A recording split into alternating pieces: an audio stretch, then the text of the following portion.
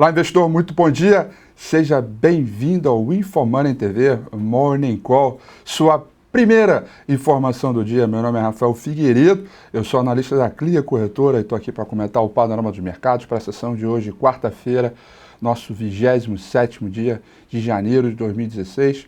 Vamos começar falando pelos mercados, os mercados internacionais, o comportamento deles pelas principais praças por lá, começando pela Ásia e Oceania, com o Nikkei fechando com uma alta expressiva de 2,72%, a Bolsa de Hong Kong fechando com uma alta de 1,02% e o principal índice em Xangai, a Bolsa da China, o principal índice de Xangai, fechou em queda de 0,5%. E a preocupação continua sendo com o petróleo, que aliás hoje tem dado relevante, hoje tem dado de estoque de petróleo que vão sair no horário do almoço, traz alguma relevância, e também depois a China anunciar prejuízos aí, eu tenho os dados aqui, ações de Xangai caíram com baixa de lucros industriais chineses, né? Depois mostrarem lucros aí abaixo do esperado, os mercados chineses começaram a recuar. Esse é o principal noticiário por lá, e aí depois temos também as ações na Europa, que também vão repercutindo essa queda nas ações chinesas, que vão caindo ao seu menor nível em 13 meses. E conforme eu falei, o principal motivo foi o lucro industrial. Caiu 4,7% em dezembro, na 7ª baixa seguida. A desaceleração chinesa acontecendo na prática, saindo com seus dados aí. Mercados pela Europa também vão repercutindo negativamente esse dado ruim e vão operando em queda nesse momento. Londres vai operando em queda de 0,5%, Paris vai operando em queda de 0,6% e a Bolsa em Frankfurt, na Alemanha, operando em queda de 0,5%. E aí, gente, além desses dados, primeiro deixa eu falar aqui do dólar, né?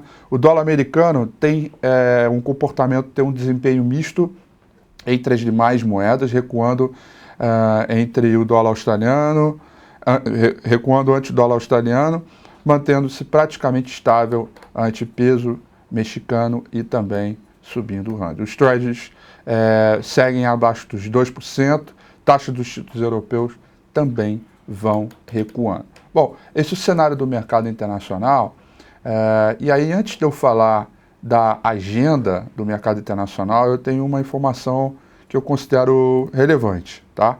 E por que eu digo que eu considero relevante? Da seguinte maneira, no Domingo com o Rafi, domingo passado, 9 horas da noite, meu canal do YouTube, todo domingo eu faço, tá ok? Eu explicitei muito bem a minha preocupação com o mercado americano versus as demais economias no mundo. E aí hoje me pita uma notícia que tem tudo a ver com tudo isso que a gente está falando e todo o meu discurso elaborado durante o Domingo com o Rafi. Apple prevê primeira queda nas vendas desde 2003.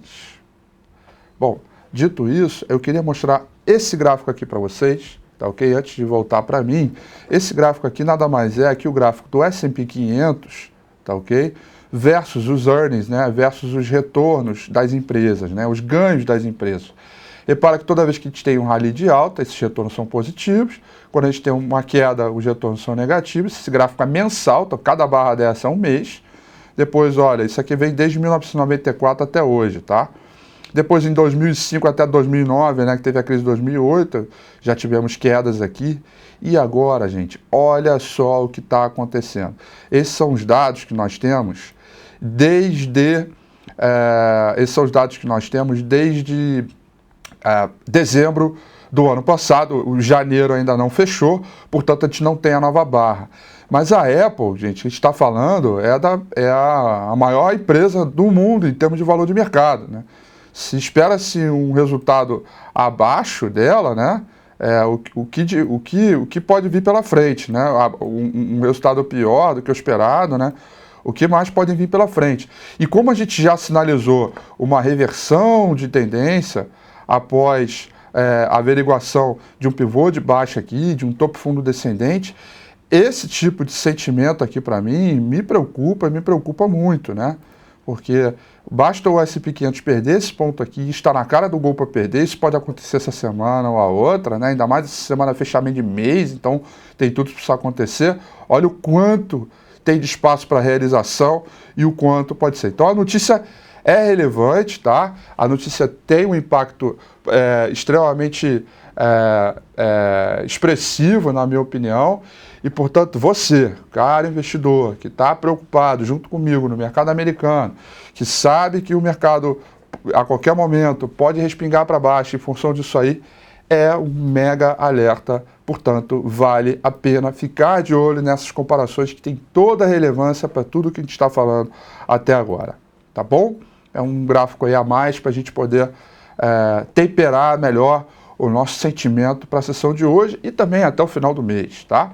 Muito bem, para a agenda de hoje, nós temos aí a FGV, 8 horas da manhã, vai divulgar a confiança do consumidor no mercado brasileiro, o esperado, aliás, já saiu, o dado é 67,9, ok?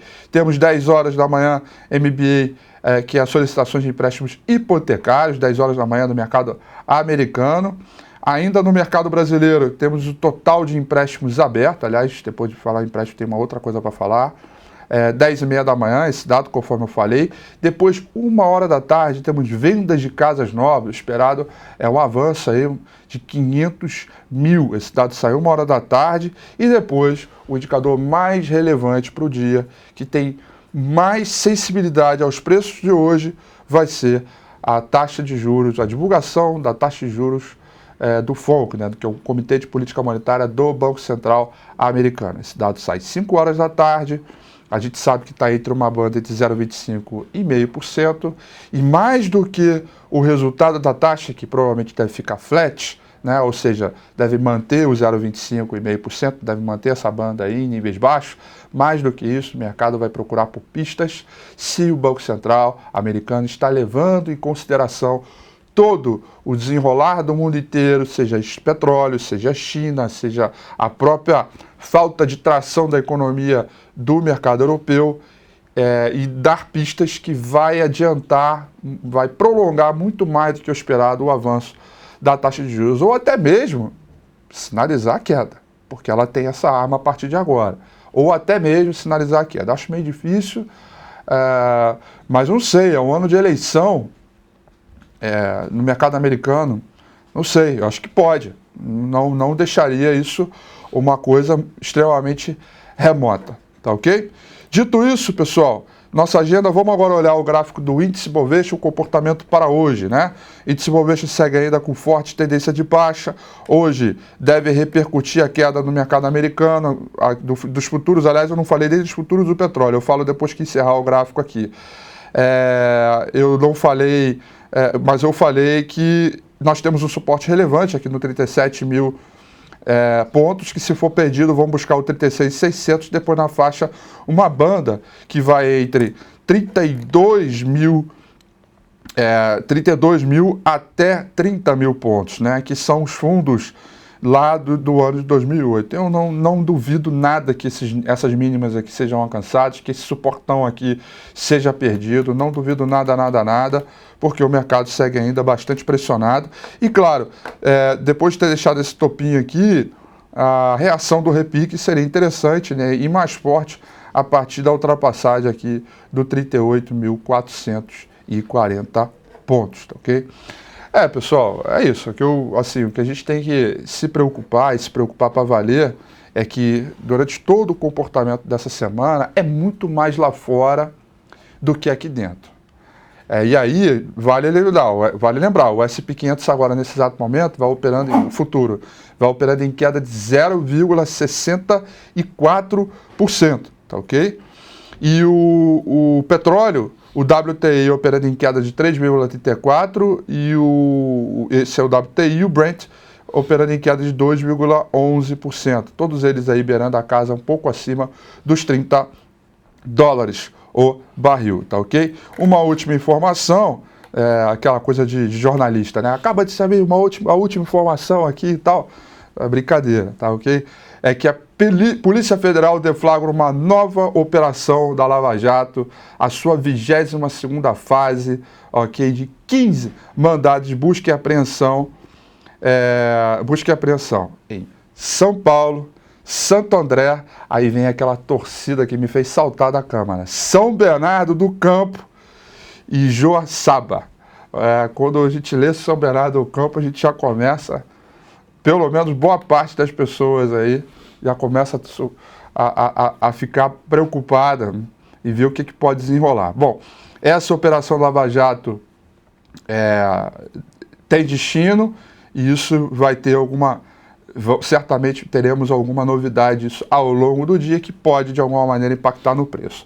Agora, a informação mesmo que deve abrir hoje, que deve impactar no preço, é do Barbosa, né? Barbosa deve anunciar cerca de 50 bi de crédito amanhã, disse o interlocutor da equipe econômica a par do assunto. O dinheiro tem origem do pagamento das pedaladas aos bancos públicos. O ministro defenderá a reforma da Previdência, que hoje responde por mais de 40% do gasto primário. Barbosa acredita que haja demanda por crédito, apesar do ceticismo dos economistas. A gente aqui falando de ajuste fiscal, a gente aqui, economistas, né? Eu apenas repasso a informação e defendo sob uma ótica muito próxima também. A gente falando de ajuste fiscal, a gente aqui falando que o governo tem que parar de gastar e tem que economizar. A dívida pública está subindo de forma exponencial. Nós, nos próximos 5, 6 anos, passaremos a ser o país mais endividado do mundo, se tudo continuar na magnitude onde está. E a gente recebe notícias do estado de São Paulo dizendo que haja demanda por crédito e que o próprio governo deverá anunciar crédito. E tudo isso estou falando para amanhã, dia 28, né, onde o governo vai anunciar novas diretrizes econômicas. Isso me dá um frio na espinha danado, né, de retomar e voltar o pensamento lá no início do governo Dilma, que foi um pensamento totalmente equivocado e que trouxe a gente aqui para onde estamos e na crise que nós estamos vivendo. Eu ainda não consigo dizer detalhes sobre isso, mas que é cobrir os rombos, conceder crédito e expandir mais a nossa moeda, como assim, tá? Eu acho que a sensação que eu tenho é que o governo se recusa a entrar em recessão, embora já estamos aí há muito tempo, né, em termos técnicos, na prática e tudo mais. Mas o governo se recusa a assumir que precisa se apertar para poder melhorar. Ele acha que pode resolver tudo sem se apertar, né? E não dá, porque a conta sempre chega, isso é uma conta de 1 mais 1 que dá 2. Então isso me dá uma certa preocupação em ouvir tudo isso e de voltar aquelas políticas equivocadas, erráticas, de lá de tempos atrás e voltar isso agora. E aí, meu amigo, se for essa sanitização, o mercado não vai perdoar. Isso eu tenho total consciência. Vamos ficar de olho nesse noticiário e amanhã, obviamente, dia 28, teremos aí novidades a respeito disso. O Banco Central divulga relatório de crédito de dezembro com volume de empréstimos, taxa de inadimplência pessoa física e jurídica e relação de crédito do PIB às 11 horas. O chefe do Departamento Econômico, Túlio Maciel, vai comentar esse relatório. Isso a gente vai poder acompanhar ao vivo e a cores lá da sala da CLIA, operando ao vivo ali, vendo também o relatório sendo divulgado e vamos ver que tipo de impacto isso pode trazer para a gente no preço. Isso tudo vai acontecer às 11 horas da manhã. Não se esqueça, tem estoque de petróleo no horário do almoço. Isso também é uma informação relevante também que deve chacoalhar a economia internacional. Uau! Bastante coisa para ser dita hoje, ser falada, é Lava Jato, é Nelson Barbosa, estoque de petróleo é lá fora. Enfim, dormiu com a FIA e a Apple. Hoje o Morning Call foi recheado. Certamente você recebeu aí de largada toda a primeira informação necessária para você ficar preparado para o dia de hoje. Sendo assim, me despeço por aqui, desejo a vocês uma excelente quarta-feira, tudo de bom, bons negócios, e amanhã estou de volta às 8h35 para mais um Morning Call. Até lá, tchau!